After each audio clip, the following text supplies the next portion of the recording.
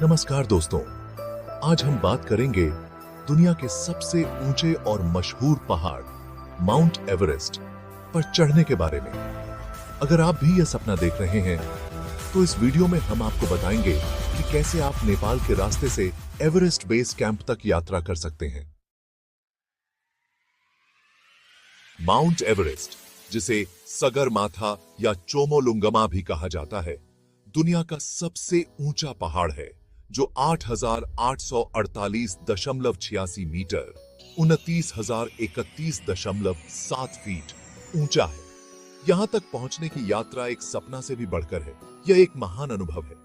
अब आप सोच रहे होंगे, तो यह सफर कैसे तय किया जाए? चलिए, मैं आपको इस सफर के हर कदम के बारे में बताता हूं। सबसे पहले आपको नेपाल की राजधानी काठमांडू पहुंचना होगा। काठमांडू एक प्रमुख बेस है माउंट एवरेस्ट की यात्रा के लिए। यहां आपको अपनी यात्रा की तैयारी करनी होगी। काठमांडू में आपको ट्रैकिंग परमिट्स, गाइड और पोर्टर बुक करने होंगे। आपको एवरेस्ट बेस कैंप ट्रैक की अनुमति की आवश्यकता होगी, जो नेपाल टूरिज्म बोर्ड से मिलती है। काठमांडू से आपको लुकला जाना होता है। लुकला एक छोटा सा एयरपोर्ट है जहां से ट्रैकिंग की शुरुआत होती है। यहां का एयरपोर्ट दुनिया के सबसे खतरनाक एयरपोर्ट्स में से एक माना जाता है, लेकिन यह एवरेस्ट की यात्रा का पहला कदम है। यह फ्लाइट काठमांडू से लुकला तक लगभग 30 मिनट की होती है। फ्लाइट के बाद आपको लुकला से ट्रैक शुरू करना होता है।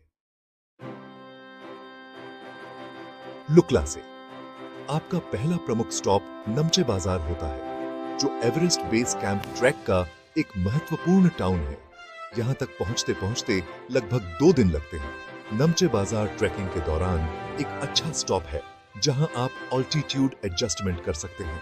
यह जगह एक लोकप्रिय स्टॉप है, जहां आप अपनी स्टैमिना चेक कर सकते हैं और स्थानीय संस्कृति का आनंद ले सकते हैं। जब आप ऊंचाई पर बढ़ते हैं तो एक्लाइमेटाइजेशन जरूरी होता है। नमचे बाजार में 1 या 2 दिन आराम करना होता है, जिससे आप अपने शरीर को हाई ऑल्टीट्यूड कंडीशंस के लिए तैयार कर सकें। नमचे बाजार के बाद आपका अगला स्टॉप टेंगबोचे, डिंगबोचे और लोबुचे होते हैं। हर स्टॉप पर आपको एवरेस्ट की ऊंचाइयां देखने को मिलती हैं। यह सफर थोड़ा चुनौतीपूर्ण हो सकता है, लेकिन हर कदम पर एवरेस्ट की रोशनी आपको मोटिवेट करती है। आखिरकार आप एवरेस्ट बेस कैंप यानी ईबीसी तक पहुंचते हैं। यह एवरेस्ट का असली बेस है, जहां से क्लाइंबर्स अपनी समिट की यात्रा शुरू करते हैं। ईबीसी तक पहुंचने में लगभग 12 से 14 दिन लगते हैं। यहां पहुंचकर आपको एवरेस्ट की असली महानता का अनुभव होता है। आपको एवरेस्ट, लोत्से और नुप्तसे जैसे पहाड़ों का शानदार दृश्य मिलेगा। यहां से आपको माउंट एवरेस्ट को सबसे करीब से देखने का मौका मिलता है। एवरेस्ट बेस कैंप ट्रैक थोड़ा चुनौतीपूर्ण हो सकता है, इसलिए अपनी सेहत का ध्यान रखना बहुत जरूरी है। हाइड्रेशन, प्रॉपर रेस्ट और अल्टीट्यूड सिकनेस से बचने के लिए दवाइयां लेना भी जरूरी है। आपको हमेशा अपने गाइड की मदद लेनी चाहिए। बेस कैंप पर कुछ दिन बिताने के बाद आप अपनी यात्रा का वापसी सफर शुरू करते हैं, जो उतना ही चुनौतीपूर्ण हो सकता है।